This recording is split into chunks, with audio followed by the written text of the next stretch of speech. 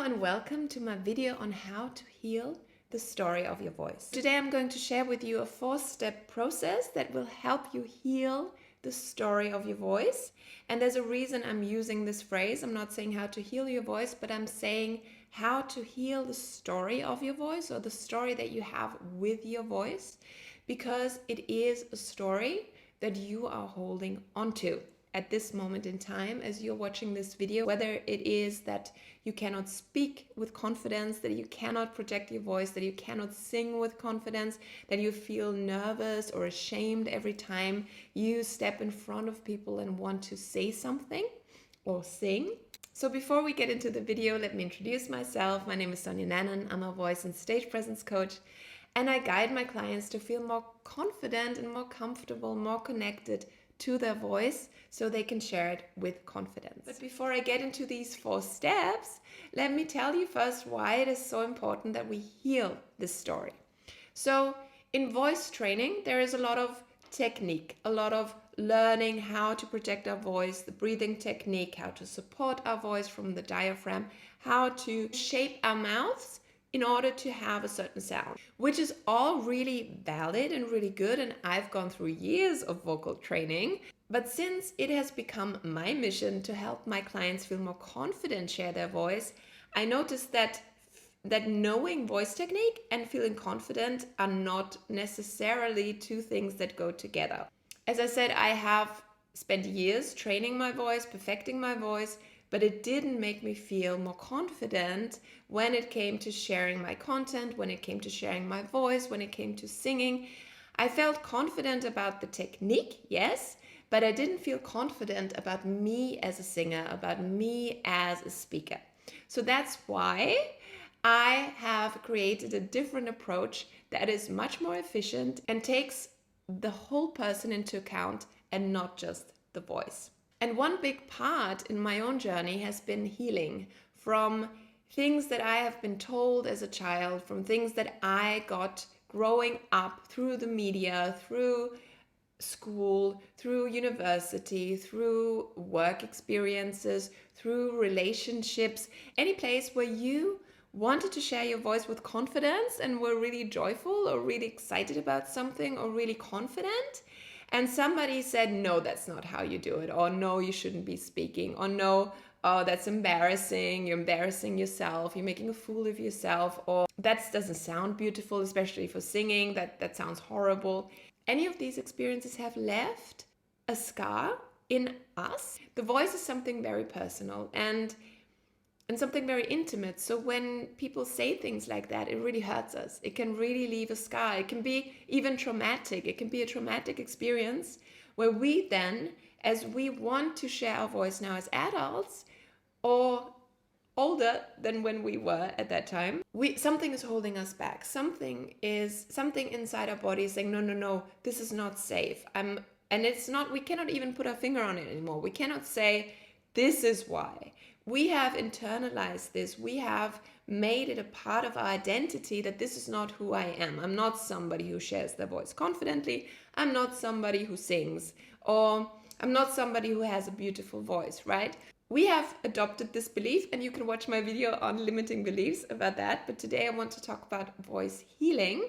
And in order to let that go, it takes a level of embracing this trauma or this scar, this wound, this hurt that we have experienced.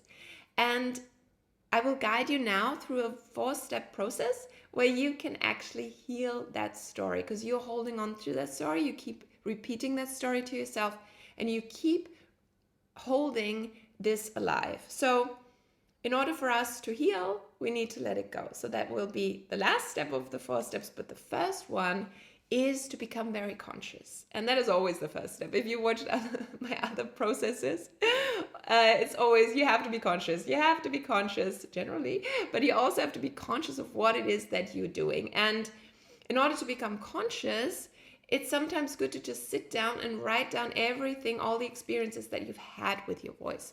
Maybe the teacher that said, don't talk, you're not intelligent, or the choir conductor who said you cannot sing, you cannot be part of a choir, or the friend who laughed at you when you were singing, or the parent who was not listening to you and you thought, okay, well, then it's not very interesting what I have to say. So write down all these experiences that come to mind and then allow yourself to feel this feeling. If this is still something, if there is still something from your past that is kind of like, yeah, that teacher said I shouldn't be going on stage, I'm too fat. That's what happened to me, you know. Use, for example, the phrase of a teacher who said, no, you shouldn't speak, you're not clever, or you shouldn't be, your voice doesn't sound very nice, you know, you shouldn't be singing. Use that. If this is still something where you're still angry at that teacher, or you're still sad about it, or you still feel like, yeah, if that hadn't happened, I would have sung, I would have been singing in a choir, I would have had a whole thing going on for me musically. That is a sign that you have not let this go. So you need to allow yourself to feel the pain, feel the hurt, feel the anger. You can also write that down. Write down, I'm so angry at this teacher, and or write a letter to that teacher that you don't send. Or write down everything that you wish you had said to that teacher or to that person, and just let it all out, you know. I think that's very useful, to just let it all out. And then do something kind for yourself. Then as you have let this all out, you know, do something kind. Go for a walk, write down 10 qualities of yours, 10 things that you love about yourself, 10 things you have achieved, 10 things that you think you're really good at, 10 things that, despite the fact that they said that about you, you did it anyway. Or buy yourself flowers, take a hot bath, go for a walk in nature, I don't know, listen to music, go to a concert, I don't know, something that really makes you feel good. So that is really like something to, you know, do something kind for yourself. And then you can either switch up the fourth step or the third step, and the last step is to let it go. You can either, if you've written everything down on a paper, you can rip that up and throw it away and then do something kind for yourself, or you let that sit. You do something kind for yourself, and then you go back. You could even then read it again, now that you have sort of lifted your energy and you have done something kind for yourself. Look at it from these eyes, and then you can rip it up and let it go, or you can just tell yourself, and now I let this go. And you can do this physically, like I said, throw away the paper or burn it. I don't know. Really let it go. And you can even say this sentence, now I let this go. And watch what happens. Sometimes you have to do this process several times until it's really gone. And sometimes it's enough to do it once, and sometimes it's enough to just be conscious and then be like, you know, but that has nothing to do with me, actually. Actually, I'm good. I don't believe that anymore, you know? So try it out. Let me know in the comments if you have tried it out and if you've had good experiences with this process. Yeah, thank you so much for watching this video. I hope it was helpful.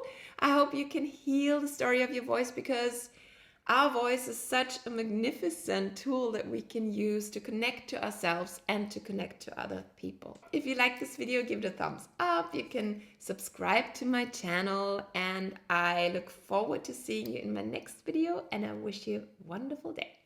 Bye.